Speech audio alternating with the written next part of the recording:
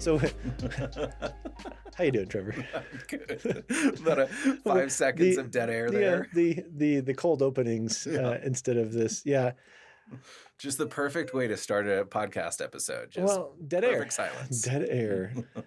Well, for those of you that are listening, we are actually excited about our new studio. Which I think you've probably heard about like 3 times, like as we've changed. If we changed it, yeah. So we're changing it again. No, we actually have a room off the side of our main kind of television video studio that has this nice cozy room, sound deadening, sunlight in Colorado, which is a lot and nice. So I'm enjoying this. We were just joking before the episode that I could probably take a nap in here sometime. Yeah. So if it sounds like we're a little bit lower in our energy, it's just because it's so peaceful. Nice. I know. This is like, it's a little joke here for those that understand psychology a little bit, but it kind of feels like a padded room. Oh, for sure. You know, and I'm okay with it. I mean, like I sometimes think about a padded room being kind of a nice addition to a home. Yeah. You know, like this big like stuffed animal or. Well, I saw something on the internet the other day that was apparently there's something called an Alaskan king for beds. And not a California king. Not a California king. It's much bigger. Okay. And I don't know the measurements, but it was massive. Like probably 2 kings plus. Like it's huge. And I was just thinking like, wow. So a family of 5 could sleep there without touching each other? Oh, without any problems. Okay. That'd be such a great, like, to have a room that just has Alaskan king in it. And that's it. Like, that's just the room is that bed. If the mattress was comfortable enough, like we've had this, like, I don't know what it's called. It's like a dream something or other. Dream cloud, I think is what the mattress is. But sounds off-brand. It is off-brand. Okay. We couldn't afford a Tempur-Pedic or whatever. Dude. Those things like more than my car costs, I think. But we love. I mean, I'm admitted a bed snob, and so we go to people's houses. And I'm like, oh, this is nice. It's not my bed though. Oh yeah. Well, there's nothing like your bed. No, there's not either. You know, it strikes me. We started this episode intending to talk about wonder and joy, and as I'm reflecting on our conversation about the peacefulness of the room and comfortable spaces, like that's definitely a part of wonder and joy. Is being able to, I don't know, maybe you can explain it better, like why that's wonder. I just I feel instinctively that this is part of it. Well, and that's the thing is it's instinctive. The conversation started when we were just talking about your little one and my girls, and then we're bringing another one into the world here in a couple weeks, and just I love watching them as they engage in the world around them. Yeah. Like yours is at a stage now where she's getting close to walking. Yep. Probably starting to say some words, but it's just like that wow, everything is just new and beautiful and like what's this and it's almost like, have you seen those videos on YouTube or Facebook or Instagram or whatever where this person's colorblind for their whole life, and their family buys them like the ocular glasses that, and they see color in its true form for the first time. Yeah, like that's what I'm thinking. Like that wonder piece. It's instinctive, but we don't, as adults, I don't know why we don't engage it the way we did as kids anymore. Now, granted, I recognize there are people listening that go, you know what, I didn't have that because I had that stolen from me when I was because of trauma or because I want to be sensitive to that. Yeah, and there's a developmental aspect of that too, where everything for my daughter is brand new. Yes, but like even the other day, I was holding her and we were kind of just pacing back and forth, and she was fascinated by the orange peel texture on the wall. And it brought back these memories of me as a kid laying on my bed and looking at the wall and just like seeing shapes in them and making patterns and stories in my head. Like it was so imaginative. And I'd totally forgotten about that until she started just staring at it and touching it. And it really brought me back to that. And I think it's this gift that children have for presence. And I think that's the key. We are innately given that it can be taken away. Mm-hmm. That's a whole nother conversation. But I think there's a part of us that because of the hardness of the world, or I don't know what it is, that we it's not a hard turnoff unless you've had trauma. It's more of a slow fade for a lot of people. Well, and I think some of it, I'm going to credit Peter Jordahl with this idea. He uses the phrase joy shaming frequently, which I think definitely plays a part. As we get older, our joy is shamed. So what this looks like is,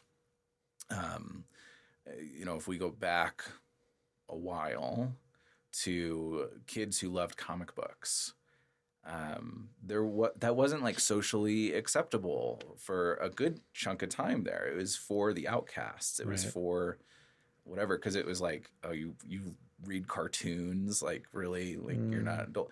And that language is joy shaming. It's something that they're finding joy in. It's something that you like comic books. They're finding wonder in. Yeah. And we have this tendency to shame others' joy and enjoyment of things and their wonder for so many reasons. It's our own frustration. It could be the fact that we don't get it, the fact that we never experienced that. Yeah, I was thinking about that the other day. There's a lot of, and we'll talk about this as we get closer, but there's been a lot of really cool things happening in my life with my book and that kind of stuff, and people that I would never have dreamed that would have given it a second thought, have endorsed it and that kind of stuff. Yeah. And I'm seeing a therapist. I've shared that on the podcast. I tend not to sit with cool things. I tend not to enjoy them. Mm-hmm. And I'm so trying hard to sit with, like, okay, this, like, the godfather of neuroscience just endorsed my book.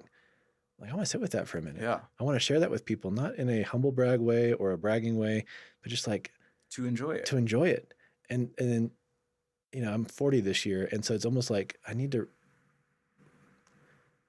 re-engage the wonder, re-engage the joy, re-engage the small things. I really try hard. We say this in our family, that we look for God moments every day. And those are just little things that we say that God, rises up to meet us, and that takes intentionality. Like, kids don't have to, the way it was designed, kids don't have to, it's not intentional for kids. It just is. Yeah. Yeah. And I think, some of it goes back to gratitude work of, like, do we have gratitude in our hearts or our mindset? And that can absolutely encourage this sense of joy and wonder. But I think it's also, like, I know for me, there have been times where somebody is so excited and so energetic about something, and it switches something in me where I just shut down. Me too.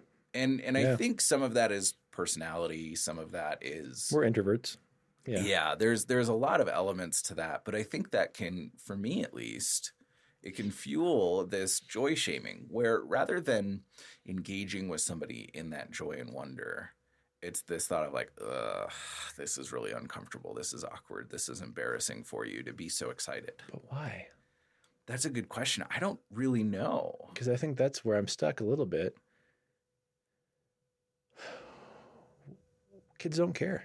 Mm-hmm. Like, I remember the first time, it was only a couple years ago, that we took our girls to the beach for the first time. And I grew up near the beach. Mm-hmm. But them just watching the waves come in and it touch their feet and they freak and scream and run and play and the sand between their toes. And, like, it's not difficult for a kid that's been allowed to go down that path. I think the why that's a psychological, sociological, theological question. Well, and I wonder if some of it has to do with our philosophy of disappointment, failure, and loss. And it is less painful to lose, fail, or be disappointed if we weren't that excited about it to begin with. Yeah, so a self-protective mechanism in some ways. I was just thinking about a conversation I had with a client the other day of, like, they work so hard to make sure people like them. And I asked them kind of why, and they're like, I don't know. And I said, well, what if it's you are so concerned about if people like you and you keep on asking so you can control the outcome, but you're giving them an out. So when they say they don't like you, you're not going to get hurt as much by them, and this individual's like, whoa. I said, so there's risk. You just you're telling me there is risk in a relationship. And we talked about seasonal relationships and lifetime relationships. And I said, if a seasonal relationship ends, does it mean that that relationship was bad? And they're like, no. I learned about myself and this, that, and the other thing. It might hurt when it ends, but it's not a bad thing. I wonder if it's the same kind of concept. Yeah, there might be some risk to wonder or joy. Yeah, I could see that. I think also there might be some of it where, we're just caught up in the busyness. And if it is a gift of presence for children to allow them to wonder and joy, I wonder if maybe some of the struggle as adults is being caught up in busyness, hecticness, task-oriented, objective-based living. And so, we can enjoy, the maybe hour of having a new TV or a new whatever, but then we need to move on to the next objective. We have to get going, and we don't allow ourselves to really sit with those moments, with those things that are exciting and interesting. And I think David Henning here at Mayfield brought up something interesting about even motivation is based on interests, and we don't really control our interests. I can't, to a certain extent, I could probably say okay, I'm going to choose to be interested in this, but it may not be that natural. Oh, I'm so interested, I'm going to go for it. And so I think there might also be some of that where maybe our interests are for things that there's this societal pressure not to be interested in, or it's not cool, or it's not in line with, our peer groups. Well, but I think also too, wondering if we don't take the time, make the time. As you're talking, a little bit distracted, to be honest, because I'm listening to the wind blow through the pine trees, and that is one of my favorite sounds. And it took me back to one of my favorite things, and my dream someday is to have a small cabin to get away with, up in the mountains. But it's just to lay in a hammock or on a lounge chair on a deck with the Colorado sun beating down, cool breeze, so it's not hot. You may get a hoodie on, but just closing eyes and listening to the wind blow through the pine trees. And if you've not heard that because you're in a southern state or someplace else, it's just such a unique sound, but it's so calming. But it's also so I don't know how to explain it, this welling up of just peace and joy in my gut. Yeah. And I think it is maybe the first step to fight against joy shaming, to engage our wonder and our joy, is to be quiet, still, and patient. Well, it goes back to what John Eldredge talks about. He talked about this at our Springs Mental Health Summit. He talks about this quite a bit in some of his podcasts and his book, but is that 1 minute pause. He's got an app called the 1 minute pause. If you don't have it, I would encourage you to download it. But it's, it is those things of just taking that moment going, wow, I love that sound. Or, just the way that the light is coming off of into the windows, and it's the shadows with the, and it's noticing those things and slowing down, and so I've tried really hard when I'm going someplace and I get out of the car just to stand up straight after I get out of the car and just kind of take a deep breath and kind of look around, whether it's in the Walmart parking lot here. I mean, living in Colorado Springs, it's hard to describe if you've not been here, but we're surrounded by beauty and the mountains, and a 14,000 foot mountain, within, reaching distance, in our backyard. How often, you've been here your whole life almost, I've been here for a very long time. How often do we not pay attention to those kinds of things? Yeah. Right now, Pikes Peak is gorgeous because of the snow that fell last night. And it's got some clouds around it. And we're in the blue sky right behind it. And then we're in preparation for a 24 to 48 inch snowstorm in the next couple of days, right? So I don't know. I think this has to be a conversation within our own souls. Yeah. Well, and I like what you said about taking a breath. I use that technique with individuals I'm filming frequently. If you mess up a sentence, if you feel like you need to re-say something, take a full lung breath and then start. And I think, in counseling we talk about breathing pretty consistently, like, because it's necessary, but it's also very helpful for grounding, for presence, all of those things. But I don't know how often we talk about just a single full lung breath and making that moment very intentional as kind of a reset or a recentering, and practicing that so that when you do get out of the car, it is this full lung breath to re-engage spirit, mind, and body, to re-engage the present moment, to re-engage I'm here, I am kind of thinking. And I think if we do that, it does bring this sense of wonder and joy of, because I think we forget how vibrant life and existence is, because we're so focused on past or future. We're not actually focused on life, which is only, at least in our experience, we can go real far on this real fast. Oh yeah. In our experience is only happening in this moment. It is. And it brings me, as you're talking to a concept moment experience, there we go, that I've had. Before I got married, I did a lot of traveling, and I did humanitarian work and mission work and that kind of stuff all over the world. Some of the most joyful people I met were in third world countries. And that stuck with me. Now I know there's a sociological conversation, a psychological conversation.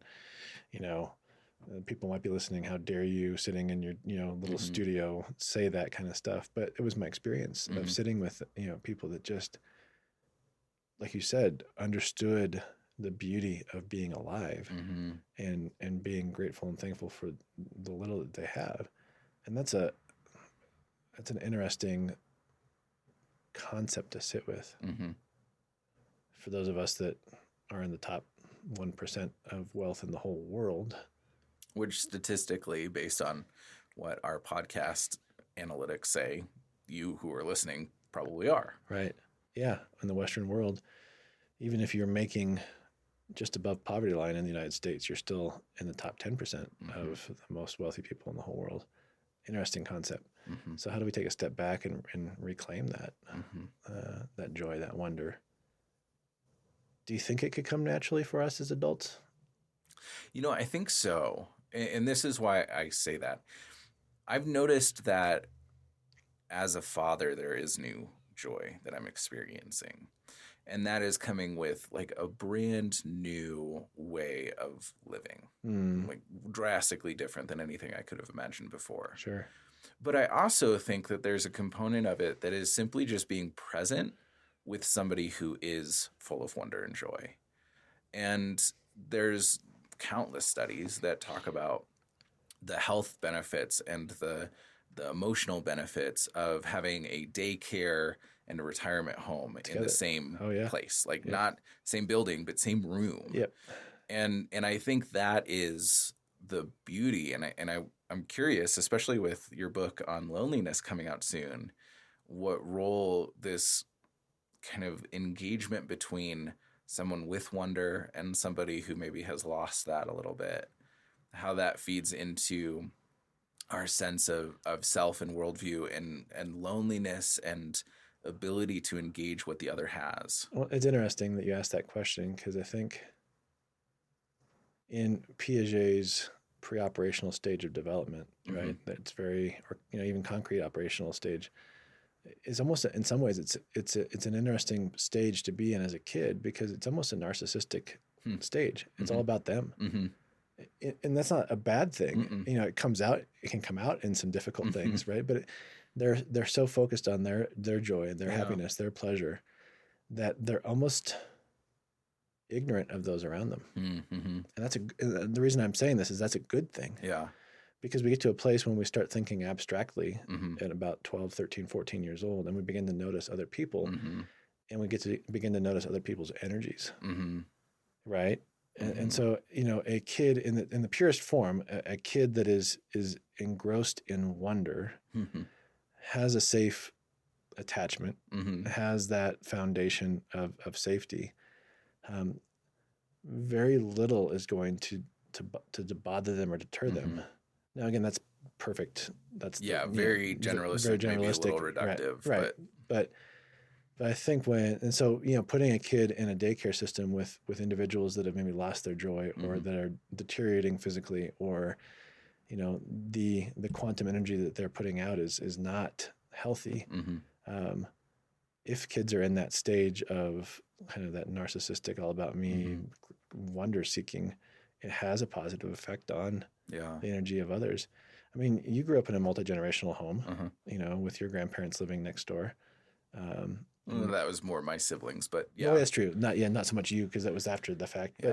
But there's studies that show, like, I know it was a year ago that your grandfather passed away, or a little close to a year. I think 2 years now. Is it 2 years now? Nah. I thought it was this time, or I thought it was right before COVID hit. You're right. No, it was December-ish, maybe. I don't remember. Maybe a little over a year. Yeah. But I mean, he had some health issues, but he lived probably longer than he would have if he was in a retirement home. Yeah. Because he was loved, cared for, present. He had, your youngest sibling is what, 12, 13? Something like that. Right. Yeah. So, I mean, I'm not the person to ask. Yeah, I know. Right. The ages and dates. But no, like you think about the generational homes in Europe and those kinds of things. It creates a culture of reciprocity and of engagement and of health. Yeah. Okay, so rather than giving sort of a challenge at the end of our episode, I want to spend some time allowing you to be super nerdy with this next question. Okay. I like nerdy. And some of our listeners may not totally get this, and I apologize for that. I'm curious about elderly and child connections, the quantum energy you're talking about. I wonder how that plays out with this concept of mirror neurons, where the strongest wins. And so if the child is narcissistic and self-focused, are their mirror neurons going to notice the energy, the reactions of the other, and does that make them the stronger? I think it does, because I think there's not an awareness of noticing.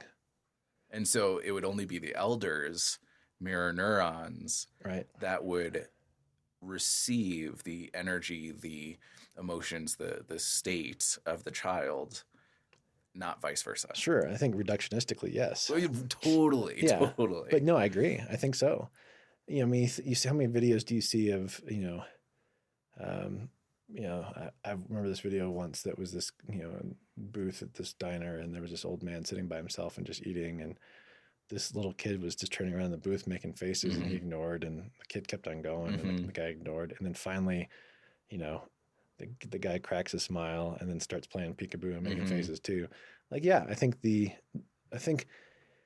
awareness is such a good thing, and yet I think it ruins it when we begin to become aware of other people's energies and their emotions and the engagement therein. I think is when maybe we're answering our own question. Maybe when we begin to slow fade of losing that wonder because of developmental changes or whatever it might be.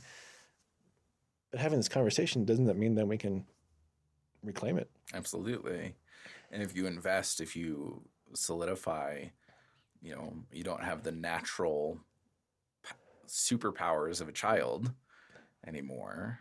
But, if we take this idea of mirror neurons even, strongest wins, how can I be the strongest in the room with my sense of wonder and joy? Yeah. Yeah, I think about that in your own life. I think that's the challenge for me, is just going, where am I pausing to notice things that bring joy and wonder? Or even just notice. Just notice. I mean, I think sometimes that's good enough. Yeah. Yeah, I think, if you know my story, and if you don't, I'd love to, I think I shared a little bit in some of my books, but there's a part of our life that was really difficult because of infertility and those kinds of things. And God showed up in a rainbow, in a little sun, we call them sun doggies, but little rainbow spots. And, just had a very deep, soulful conversation with the Lord in that moment.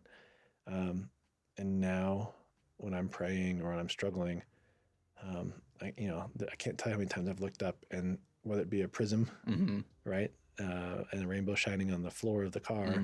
I was driving the other day, and just grateful for where I am in life, and grateful for who's in my life, and grateful for a lot of different things. I was driving to meet a friend of mine, and I looked up, and it was probably 7, 8 in the morning, and there was moisture in the clouds, and there's just this little rainbow. I get teary-eyed, and I'm just like, oh man, thank you, Lord. But it's I think it's slowing down enough to pay attention to those things that needs to happen. Yeah. So I just find your wonder, find your joy, see where it shows up. It might surprise you.